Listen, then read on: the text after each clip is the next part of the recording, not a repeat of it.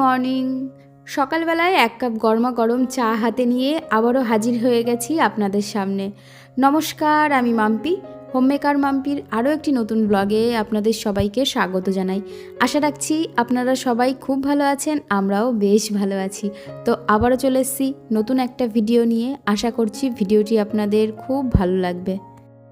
আপনারা কি কখনো ভেবে দেখেছেন, একই পাড়ার মধ্যে দুটো বাড়ি, প্রায় একই রকম, দুটো বাড়িতে রান্নাঘর, আলমারি, বাসন সব কিছুই প্রায় একই রকম, তবুও একটা বাড়িতে ঢুকলে মানসিক শান্তি পাওয়া যায় আর অন্য বাড়িতে ঢুকলেই মনটা ভারী হয়ে যায়। তবে এই পার্থক্যটা কি শুধুমাত্র বড় বাড়ি নাকি নামি দামি ফার্নিচারের কারণে? না, আসল পার্থক্যটা ওই ছোট ছোট অভ্যাসে, যা কোনো রকম শব্দ ছাড়াই বাড়ির পরিবেশ তৈরি করে। আমরা সব সময় মনে করি ঘর বাড়ি পরিষ্কার রাখা মানেই ঘর ঝাড় দেওয়া, ঘর মোছা আর জামাকাপড় গোছানো। তবে সত্যি বলতে ঘর বাড়ি শুধুমাত্র ধুলোর কারণে নোংরা হয় না, ঘর সবার প্রথমে আমাদের অভ্যাসের কারণে নোংরা হয়। আপনাদের কি কখনো এমনটা মনে হয় যে সারাদিন বাড়িতে থেকেও আজকে বাড়ির তেমন কোনোই কাজ করতে পারলাম না? কখনো মনে হয় বাড়ির কাজই শেষ হয় না, আবার কখনো মোটিভেশন পাওয়া যায় না, আবার কোনো সময় নিজেকে এতটাই ওভারলোড ফিল হয় যে কোনো কাজ শুরুই করতে পারি না। তবে সময়ের সঙ্গে সঙ্গে আমি একটা জিনিস খুব ভালোভাবে বুঝতে শিখেছি যে প্রোডাক্টিভ হওয়ার জন্য খুব বড় বড় চেঞ্জের প্রয়োজন পড়ে না। খুব ছোট ছোট আমাদের ডেইলি লাইফের কিছু হ্যাবিট ঘরের কাজকে অনেক সহজ আর অর্গানাইজ করে তোলে।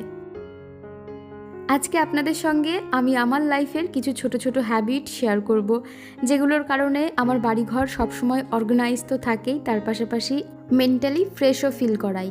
সবার প্রথমে যে হ্যাবিটটা থাকে সেটা হচ্ছে ঘুম থেকে সবাই উঠে যাওয়ার পরে সঙ্গে সঙ্গে বেডটাকে খুব সুন্দরভাবে ক্লিন করে নেওয়া আর অর্গানাইজ করে নেওয়া। দিনের সবথেকে বড় অ্যাচিভমেন্ট এখান থেকেই শুরু হয়। খুব বেশি সময় লাগে না, 2-3 মিনিট মতো লাগে গায়ে দেওয়ার যে ব্ল্যাঙ্কেটগুলো থাকে সেগুলো ফোল্ড করে জায়গা মতো রেখে বেডটাকে ভালো করে ঝেড়ে পিলোগুলোকে জায়গা মতো গুছিয়ে রাখতে। তার পাশাপাশি বেডরুমে যদি কোনো রকম ছোটোখাটো জিনিসগুলো এলোমেলো বা ছড়িয়ে ছিটিয়ে থাকে, সেই ক্ষেত্রে প্রত্যেকটা জিনিস তুলে জায়গা মতো গুছিয়ে রাখা। এই সব ছোট ছোট কাজগুলো তৎক্ষণিক করে নিলে পরে ঘর একেবারেই ক্লিন আর অর্গানাইজ লাগে। এই সব ছোট ছোট কাজের মাধ্যমেই দিনের শুরুটা খুব পজিটিভলি শুরু হয়। তারপরে সারাদিন পর কাজ করে যখন বেডরুমে ঢুকবেন আর এরকম একদম নিট ক্লিন বেডরুম দেখবেন, তখন এমনিই মনটা ভালো হয়ে যাবে। তারপরে সকালে উঠেই প্রতিদিন বাড়ির জানালা দরজাগুলো সমস্ত কিছু খুলে দেবেন। প্রকৃতির যে আলো বা বাতাস রয়েছে, সূর্যের আলো বাতাস, এগুলো সকাল সকাল যদি ঘরের মধ্যে ঢোকে সেই ক্ষেত্রে ঘরের এনভায়রনমেন্টটা ভীষণ ভালো হয়ে যায়। তার ফলে খুব সুন্দর একটা পজিটিভিটি অনুভব হয়।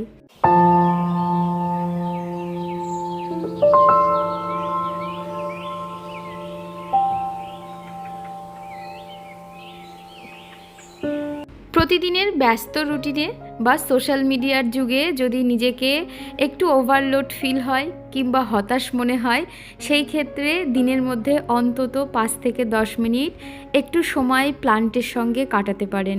তার ফলে অনেক ক্ষেত্রেই দেখা যায় স্ট্রেস কমবে, তার পাশাপাশি নিজেকে অনেক বেশি হালকা মনে হবে। প্রত্যেক দিন গাছের যত্ন নেওয়া, গাছকে জল দেওয়া আর একটু একটু করে নিজের সামনে গাছকে বেড়ে উঠতে দেখা, এটা একটা আলাদাই অনুভূতি।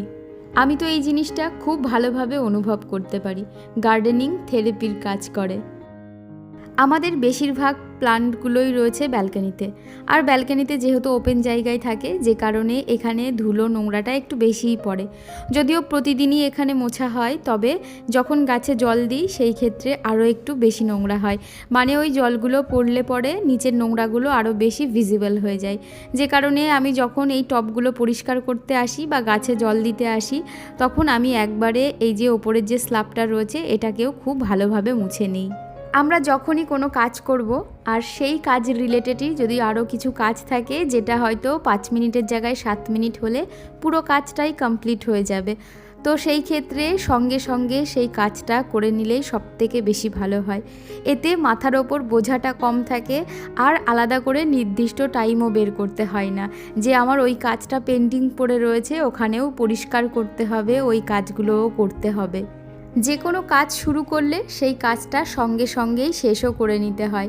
কোনো কিছুই আলাদা সময়ের জন্য অপেক্ষা করতে নেই, এর ফলে অনেক সময় লেগে যায় সেই কাজটা করতে।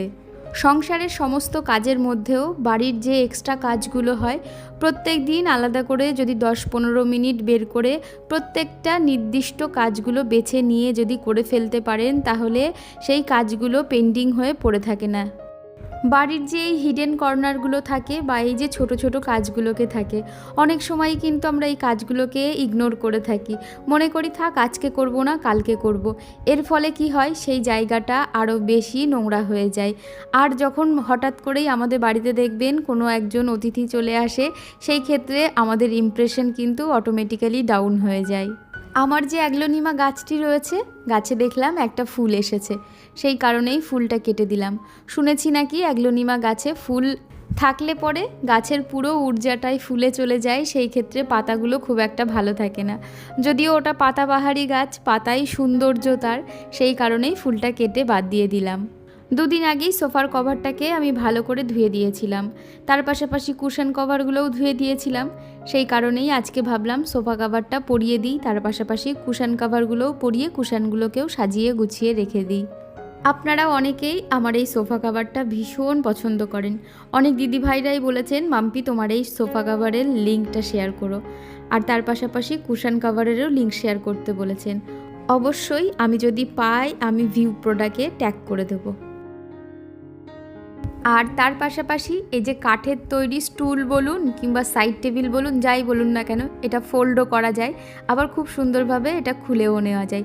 এটারও আপনারা অনেকেই লিঙ্ক চেয়েছেন, অবশ্যই আমি যদি পাই আমি ভিউ প্রোডাক্টে ট্যাগ করে দেবো, আপনারা চাইলে ওখান থেকে পারচেস করতে পারেন। এদিকে এই স্টুলটার ওপরে একটা স্নেক প্লান্ট এনে রেখে দিয়েছি, ভীষণ ভালো লাগছে আমার কাছে। ঘরের যে কোনো কর্নারে যদি রিয়াল প্লান্ট থাকে সেই ক্ষেত্রে দেখবেন ঘরের শোভা ভীষণ বেড়ে যায়। আর তার পাশাপাশি না মনের মধ্যেও একটা ভীষণ ভালো সতেজতা কাজ করে, আমার কাছে তো ভীষণ ভালো লাগে। ঘরবাড়ি পরিষ্কার পরিচ্ছন্ন করা বা পরিষ্কার পরিচ্ছন্ন রাখা এটা তো আমাদের প্রত্যেক দিনকার রুটিনের কাজ বলতে পারেন। প্রতিদিন আপনারা ঘরবাড়ি পরিষ্কার করবেন, গোছাবেন, তার পাশাপাশি দেখবেন প্রতিদিন আবারও এলোমেলো হচ্ছে। এটা কখনোই মনে করবেন না যে একবার ঘরবাড়ি যদি পরিষ্কার করা যায় বা গুছিয়ে রাখা যায় সারাদিনও সেই পরিস্থিতিতেই থাকবে, সেটা কখনোই সম্ভব না। বাড়িতে মানুষ থাকলে, মানুষ ওঠা বসা করলে সেই ক্ষেত্রে জিনিস তো এলোমেলো হবেই। তবে কিছু খুব ভালো অভ্যাস, সেটা হচ্ছে যখনই দেখবেন কোনো জিনিস তার জায়গার বাইরে পড়ে রয়েছে সেই জিনিসটা তুলে আবার সঠিক জায়গায় রেখে দেওয়া, বা কোনো জিনিস এলোমেলো হলে সেটা সঙ্গে সঙ্গেই ঠিক করে নেওয়া। তার ফলে আপনাদের বাড়ি সবসময়ই মেনটেন রাখতে পারবেন। যাই হোক, ওদিকে ঘরদুয়োর সব গুছিয়ে সকালের ব্রেকফাস্টটা তৈরি করে নিয়েছি। আজকে সকালের ব্রেকফাস্টে রয়েছে ভেজ পাস্তা। আজ হচ্ছে সোমবার, আর বাবুর আজকের থেকেই পরীক্ষা শুরু হচ্ছে সেকেন্ড সেমেটিভের। তবে ওদের পরীক্ষা শুরু হবে সেকেন্ড হাফ থেকে, মানে ওই 1:45 থেকে ওদের পরীক্ষা শুরু হবে, যে কারণে সকালবেলাটায় অত তাড়াহুড়ো নেই।